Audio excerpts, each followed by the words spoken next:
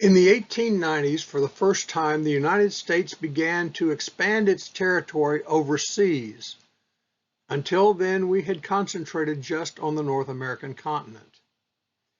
This is called imperialism, and it includes the Spanish-American War, acquisition of Hawaii, occupation of the Philippines, our role in Cuba, Puerto Rico, and Guam.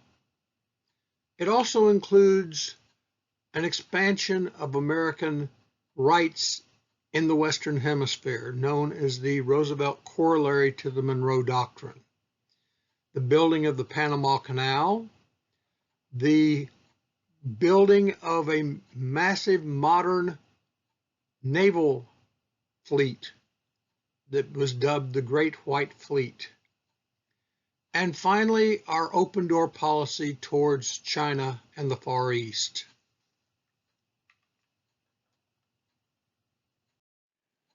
There were a number of causes for this beginning to look at overseas territory.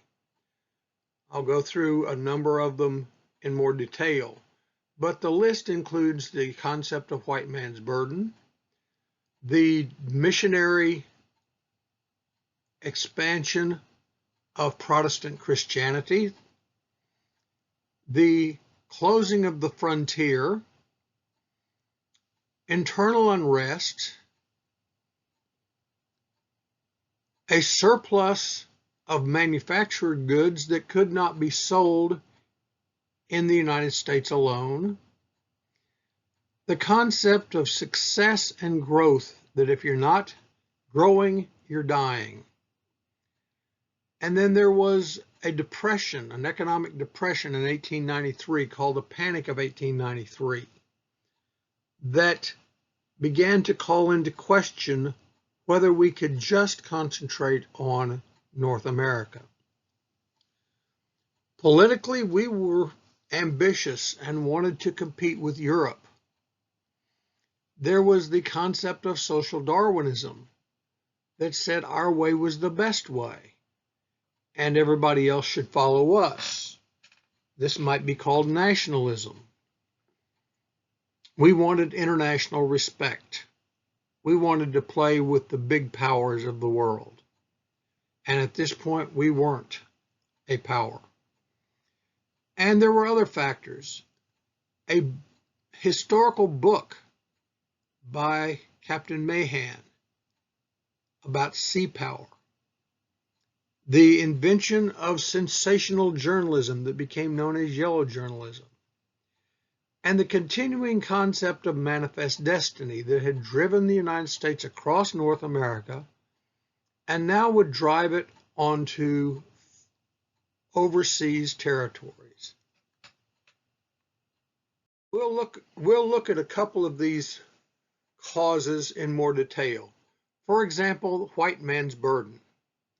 It was the prevailing view that white Northern Europeans or white Anglo-Saxon Protestants on social Darwinist scales were the superior race in all the world. And because we were superior, we had an obligation to reach out to the lesser races of the world and try to uplift them. This is what was known as white man's burden. The phrase was from Rudyard Kipling, and he had coined it about the English Empire, the British Empire. But the United States believed it and believed that our presence out there in the rest of the world would be an uplifting power for lesser peoples. Because the United States was truly racist. For instance, from the pulpit on a Sunday morning, you would hear expressions like this. This powerful race, meaning the Anglo-Saxon race, will move down upon Mexico, upon Central and South America, out upon the islands of the world. upon Africa and beyond. And can there be any doubt that the results of this competition of races will be survival of the fittest? And of course, he believed that white Anglo-Saxon Protestants were the fittest race. As the fittest race, we should try to improve the lives of the poor, less fortunate other races. This did not mean that there was ever any thought that the lesser races, in the white view of things, could ever achieve the level of the white race. But we could try to make their lives better.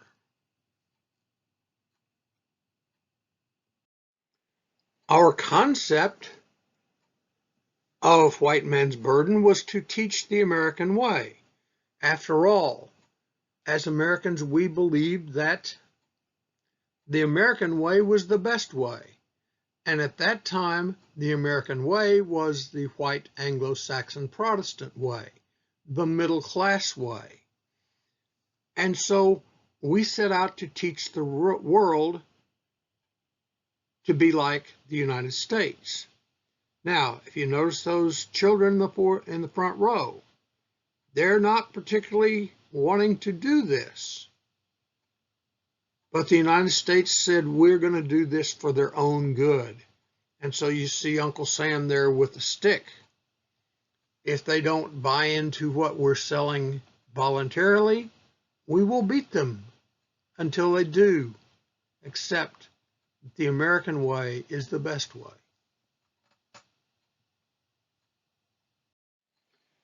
Internal unrest was bringing about conflict within the United States. The Panic of 1893, which was the most serious economic downturn in American history to that date, caused some of the American people to begin to question whether the industrialists who were running things really knew what they were doing. The panic caused the first organized march on Washington, known as Coxey's Army. They were coming to lobby the Congress to provide jobs for the unemployed. There was the rise of a third political party, primarily in the West. It was known as the People's Party, or the Populists. And we will talk much more about them because they are really what is the beginning of a reform to the industrialists. And finally, there were thousands of labor strikes and violence as workers tried to unionize. All of this chaos internally was causing concern for the nation's leaders. And one of the things that politicians are famous for is if something is going badly, then create something else for the country to focus on. And that's exactly what happened with the Spanish-American War. Had all these troubles at home, but once you go to war, then everybody focuses on fighting the war and defeating the enemy, and these concerns at home are not as chaotic. Another cause was the beginnings of linking foreign trade to continuing prosperity in the United States. The United States had built this incredible industrial powerhouse that was producing products faster and cheaper than ever before. But it was making more stuff than Americans could buy. And so if we were going to continue to be prosperous, we had to find foreign markets where we could sell the products of our industrial factories. But if we were going to sell to overseas markets, we had to have a more powerful navy. Captain Mahan, in his book, The Influence of Sea Power, showed that throughout history, whoever controlled the oceans was the most powerful nation in the world. The key to power was controlling the seas. And the United States didn't do that. Great Britain had been the master of the seas since they had defeated the Spanish Armada in 1688. And they were considered the most powerful nation in the world. And so Mahan made the point that if we were going to be a player on the international stage, we had to have a powerful navy. Now, this powerful navy would also be a modern navy, and therefore steam-driven. But what are you going to use as fuel to make steam to sail your ships? The answer in the 1890s was coal. And so ships had to have some place where they could stop and fill up with a resupply of coal. These became known as coaling stations.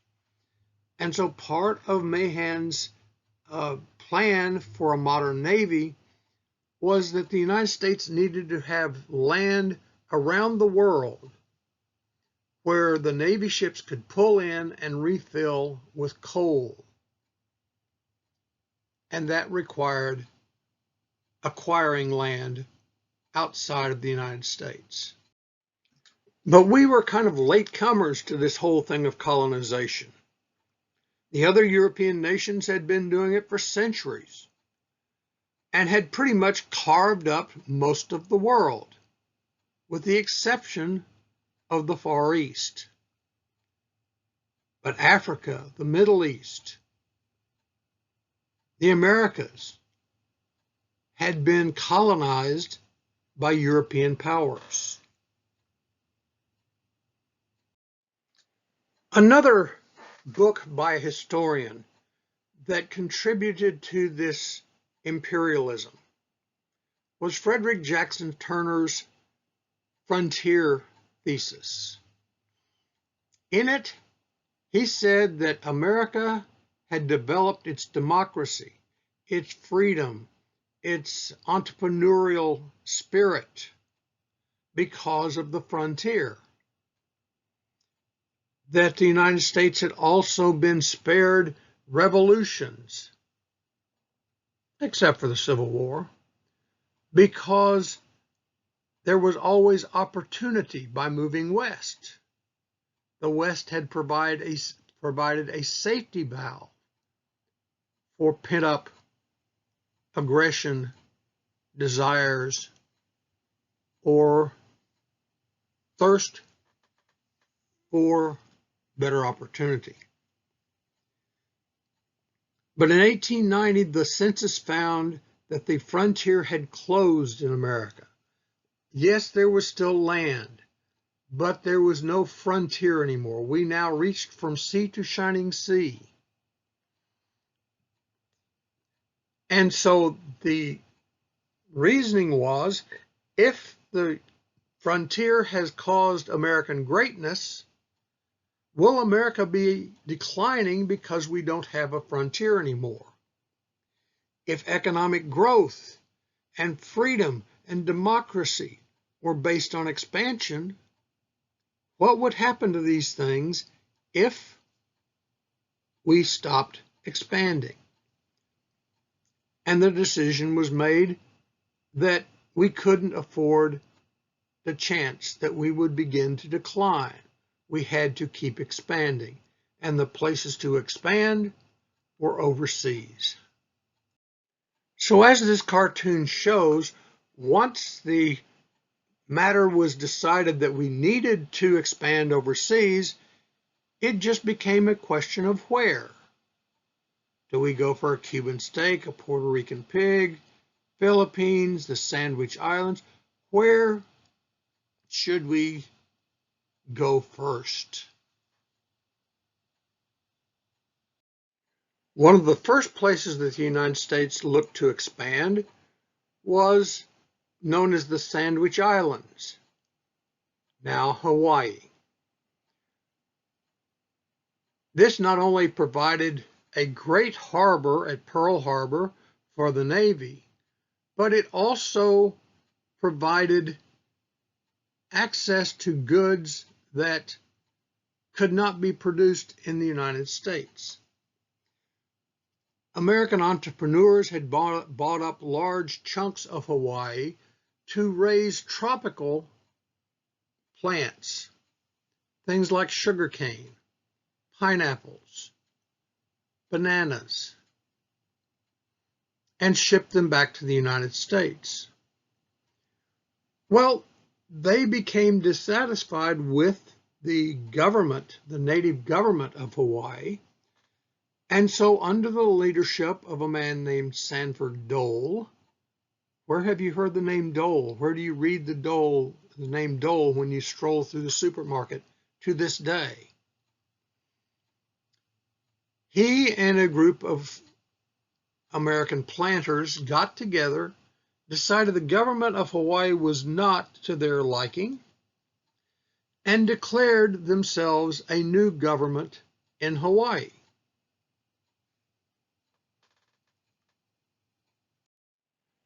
At that time, the Hawaiian Islands were governed by a constitutional monarchy with a queen at the top. When this provisional government was established to challenge her rule, she objected. She solemnly protested against any and all acts done against myself and the constitutional government of the Hawaiian Kingdom by certain persons claiming to have established a provisional government of and for the kingdom. However, the United States had backed Dole and had annexed the United States, or had annexed Hawaii. And so all the Queen could do was say, I yield to the superior force of the United States.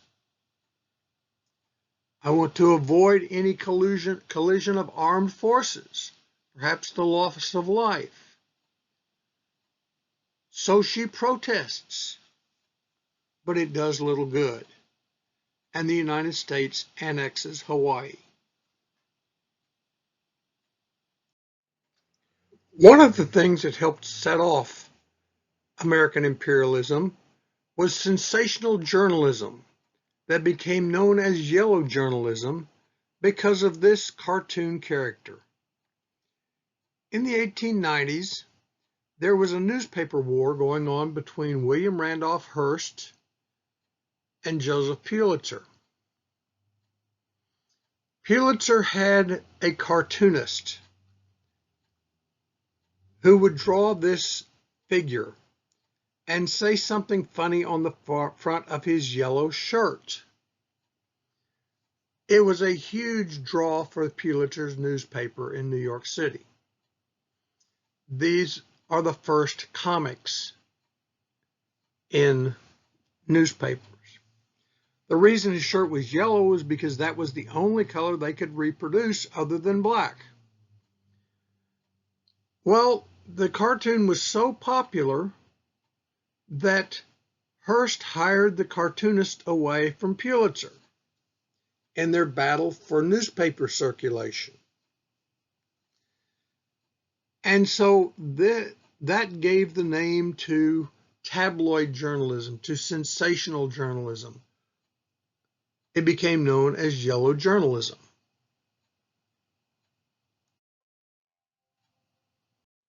Now, when Cubans revolted against Spanish rule in Cuba, the Spanish met them with force.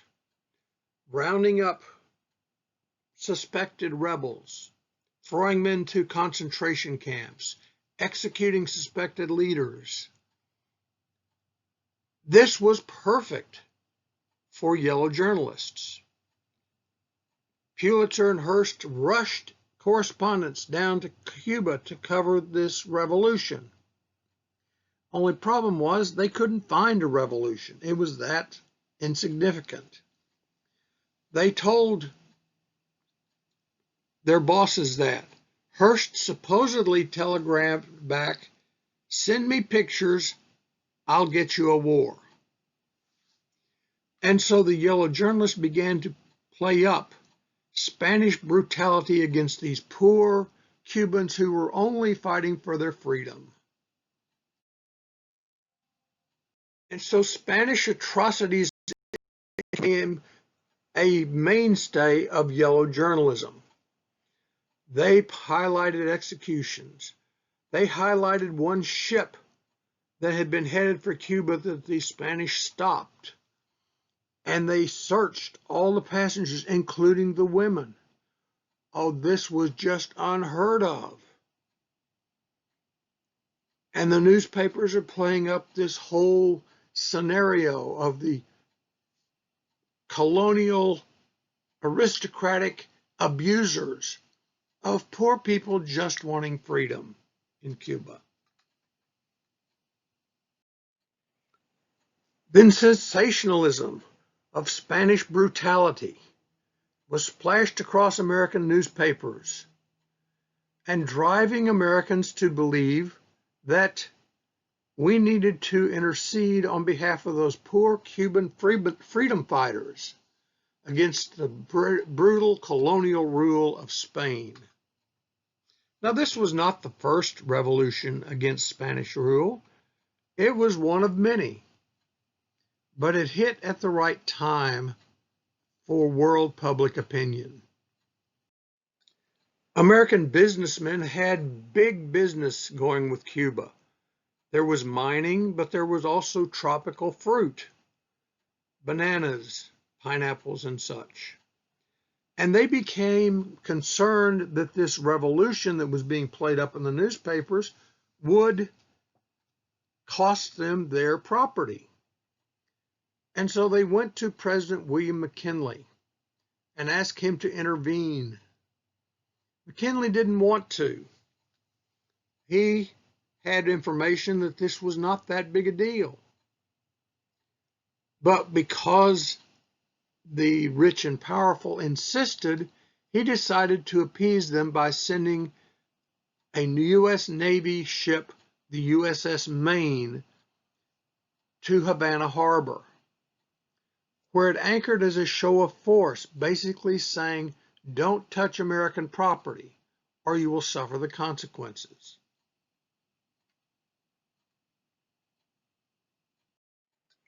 One night, the Maine exploded. American sailors were killed.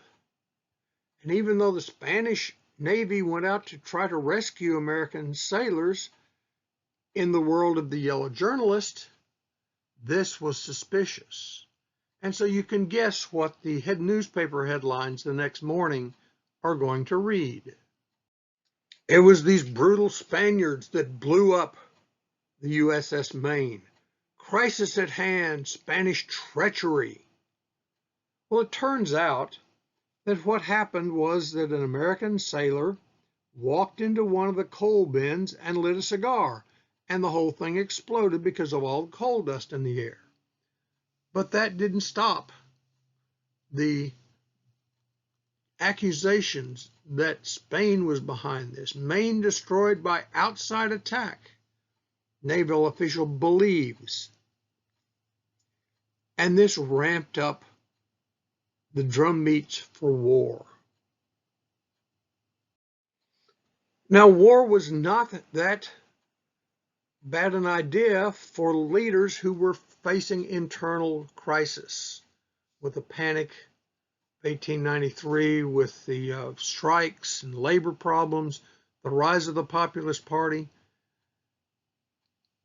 And so they played on American patriotism. Read this headline: "The spirit of war pervades the breast of all Americans," suggesting that if you oppose going to war, you're somehow not an American. And this is a trick that has been played over and over and over again by politicians.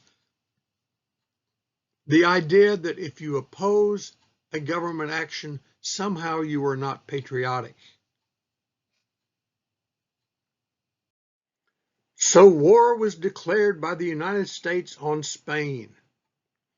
Well, the American military, with the exception of this new modern Navy that was being built, was pretty pathetic.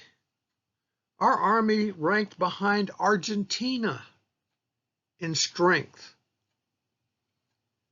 We were still depending on private, rich guys recruiting troops to serve in the U.S. Army. And that's exactly what Theodore Roosevelt did. Theodore Roosevelt was the Undersecretary of the Navy, who had been very expansionistic in his attitudes, had been a driving force for building the modern Navy. And so when war is declared, he resigns and he goes out to use his own money to raise a company of troops to go fight in the war. He comes to Texas.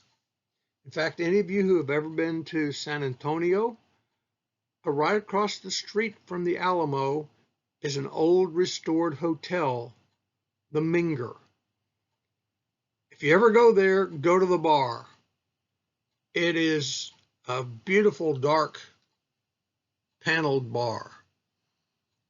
And it was there that Theodore Roosevelt set up headquarters to recruit cowboys into his company to go fight in the Spanish-American War.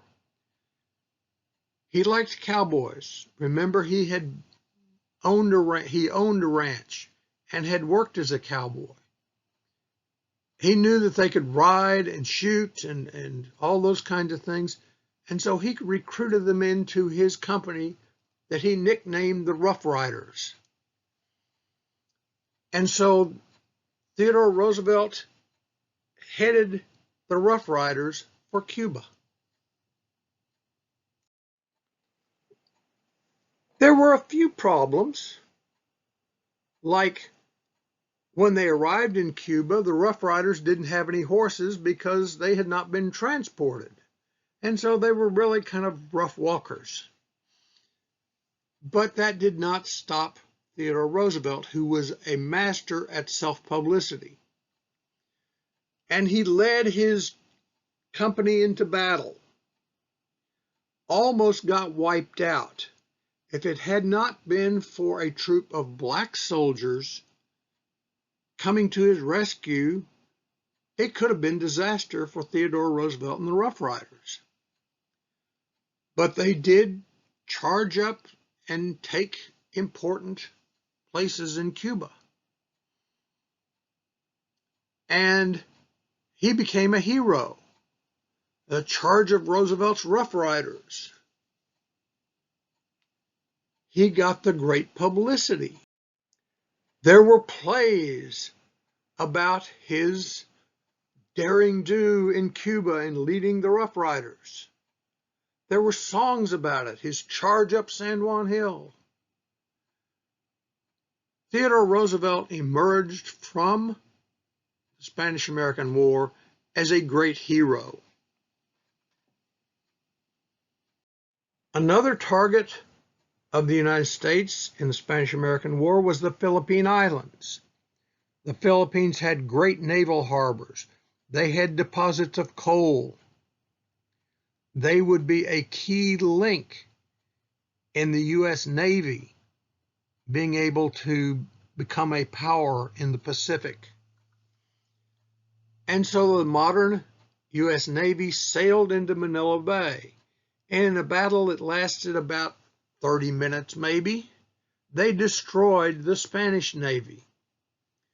And so the United States captured the capital of the Philippines, which usually means you conquered the whole country.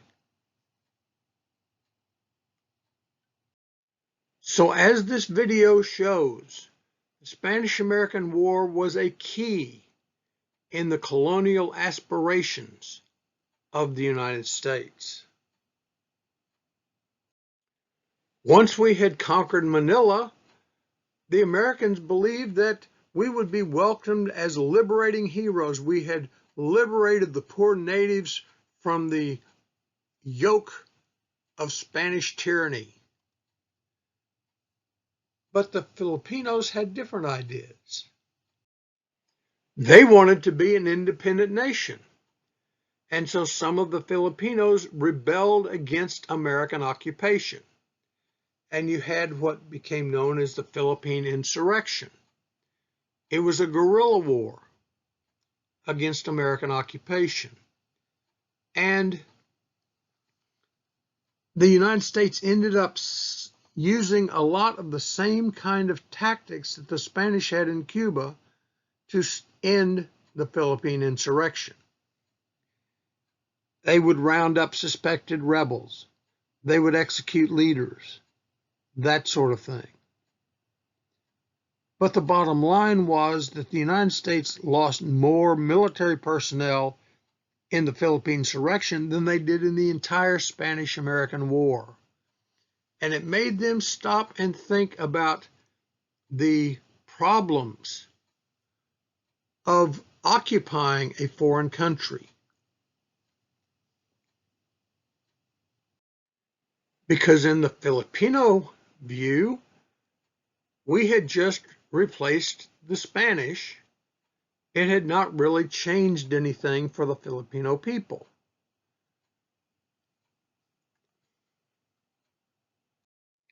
The problem that the United States had with the Philippine insurrection was that the whole world was watching to see if the United States was going to have the guts, the will to put down local insurrections. And the United States did not want to look weak. Now, there were very loud and well-known critics of the Spanish-American War. Mark Twain for one, William Jennings Bryan for another, who had been a presidential candidate in 1896 and in 1892. They spoke out against imperialism because they believed that we could take all of these countries, but we would be betraying our country and its obligation to democracy. Because all of these countries we took as colonies, those citizens of those countries would never be able to participate in American government. We would become the rulers. We would become the emperors, not a democratic government. And so they pointed out that if we took these colonies, then the nature of the United States would change. We would no longer be a government of the people, by the people, and for the people, as Lincoln had said. We would now be rulers over people who had no say in their own government. But in the view of the supporters of the war and the American government, it was, as Secretary of State John Hay said, a splendid little war. It lasted less than a year. The total American dead in the war was only 385. But in return, we got Cuba, Guam, Puerto Rico, and the Philippines. They would all become big forces in America's move to play a powerful role in the world. After winning the Spanish-American War, there was a huge debate in the Senate about whether to ratify the treaty, because it was a crossroads. Will the United States become an empire or stay a democracy? This video explains the debate very well. When Theodore Roosevelt ascended to the presidency, he brought with him a new, more aggressive style of diplomacy. It has been dubbed the Bigstick Diplomacy, based on an expression that he heard while on safari in Africa. Speak softly, but carry a big stick. In diplomacy, that meant that you dealt from a position of power. You dealt from a position that if you didn't get what you wanted, there was always force that could be used as an alternative.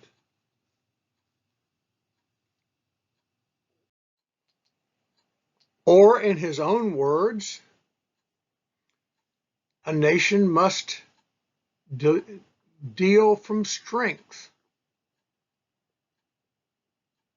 No weak nation that acts manfully and justly should ever have cause to fear us, but no strong power should ever be able to single us out as a subject for insolent aggression.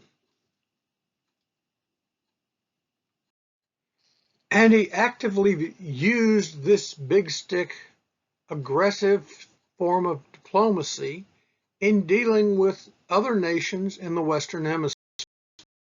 In fact, he declared a corollary to the Monroe Doctrine. You may recall that the Monroe Doctrine stated that Europe was no longer welcome to colonize in the Western Hemisphere.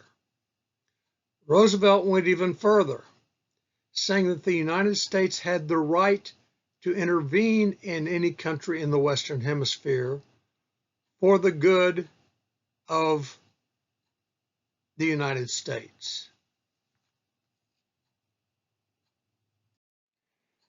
And some of his interventions in the Caribbean, in particular, made it seem like that his big stick diplomacy and his modern Navy had turned the Caribbean into just an American lake. One incident in particular points out the use of big stick diplomacy. The United States wanted to trade with China. Most of our manufacturing, however, was in the East and the Northeast. To get to China, if you loaded a ship in New York City, for example, you had to sail all the way around South America just to get in the Pacific Ocean.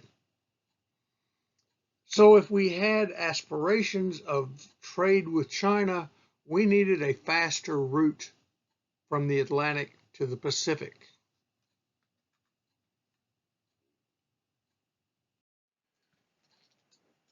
To get a faster route, Theodore Roosevelt was determined to build a canal across the narrowest point in Central America, the Isthmus of Panama. Now, Panama at this time was a state of the country of Colombia. Roosevelt sent people to Colombia to buy a canal zone across Panama. Colombia refused. So Roosevelt flexed the big stick. He encouraged the Panamanians to revolt against Colombia and form their own independent nation. When they did, he sent the Navy to blockade Colombia so they could not ship support to put down the revolution. The revolution succeeded. The Panamanians declared the nation of Panama, and the United States was the first country to recognize the new nation. And then one of the first acts of the new government of Panama was to grant the United States a canal zone across the isthmus. And so Congress was debating, oh, should we do this? Is this right? Roosevelt said they can debate all they want to. While they do it, I'm going to build a canal. That was Theodore Roosevelt.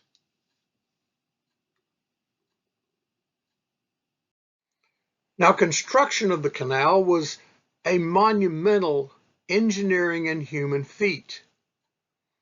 They had to basically figure out a way to get from one sea level in the Caribbean over a range of mountains and down to another sea level of the Pacific. And so they began construction. But one of the things that had stopped previous attempts to build a canal, particularly by the French, was malaria and yellow fever. But the U.S. Army Dr. Walter Reed linked malaria and yellow fever to mosquitoes.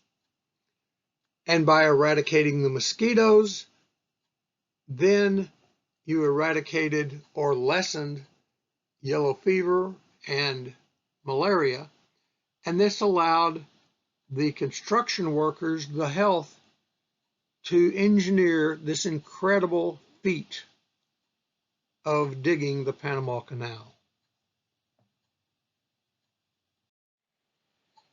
The creation of the canal did not just include locks to get over high places and to even out sea levels, but they created the biggest man-made lake in the world at the time as part of building the canal, so that ships could sail in from the Caribbean into this huge lake and sail the lake until they got to the canal. The Panama Canal opened up Pacific trade to the United States. No longer did they have to try to ship goods by rail from the East Coast to the West Coast and then put them on ships. Now they could just load them on ships in Philadelphia or New York or Boston, sail through the Panama Canal, stop in Hawaii for some coal, maybe stop in Midway or Guam or the Philippines for a reload of coal, and go to China. The problem was that most of China had already been claimed by European nations. The French, the Germans, and particularly the British were cutting up China into spheres of influence. And as was colonial policy, it was illegal for any other country to trade with a colony of a separate country. For example, the British have Hong Kong, but under the old rules, it is illegal for the United States to trade in Hong Kong because it is a British territory. So the United States had to invent a way that would allow us to trade with the colonies of other countries on an equal basis. And they dubbed this new policy the open door policy. It was basically a free trade agreement. And it sets the stage for much of our trade diplomacy in the 20th century, that we expect to be able to trade with any other country and allow any other country to trade with us. The problem with the open door policy was that the European nations didn't want to go along with it. But the United States basically just acted as if everybody had accepted it, and we started trading. And what the open door policy really represented was a new kind of imperialism. We had not been real successful in the Philippines, where we had to use force to try to occupy the native population. So the United States was trying to figure out a better way than military conquest and occupation to carry on its imperialism. And what they settled on became known as economic imperialism. The theme behind this was that if we could get in and trade with other countries, like the open door policy, that our goods that we manufactured were so superior and so cost effective that we would then be able to get countries hooked on American goods. And once they were hooked, then the government of that country would have a hard time keeping us out. In other words, we were raising McDonald's over foreign countries. So let's just say that country X becomes dependent for its automobiles on United States manufacturing, United States car companies. Then, when there's a dispute between the United States and that country, the United States can play the economic card of, well, if you don't go along with this, we're going to stop sending cars to you. And the country that is importing the cars is going, whoa, wait a minute, that's going to really hurt our economy. Maybe we better go along with what the United States wants. And so it was a way of putting economic pressure rather than military pressure on countries to try to get them to go along with what the United States wanted to accomplish. So when President Taft moved away from Bigstick Diplomacy, he moved to what became known as dollar diplomacy, that we would replace bullets with dollars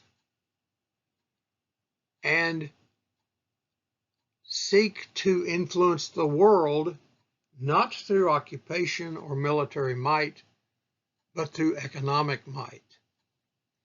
And so at least partially as a result of the negative results of the Philippine insurrection and the brutality we had to use to put that down, the United States during the 20th century became primarily a country that was using economic pressures to try to persuade other countries to do what we wanted them to do.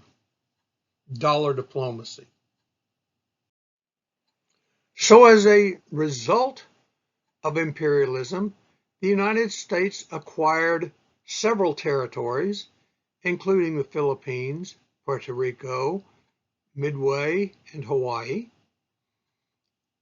But it also established a network of trade through the open door policy. We now had the coaling stations that our ships could just sail in, fill up with coal, and sail on to China.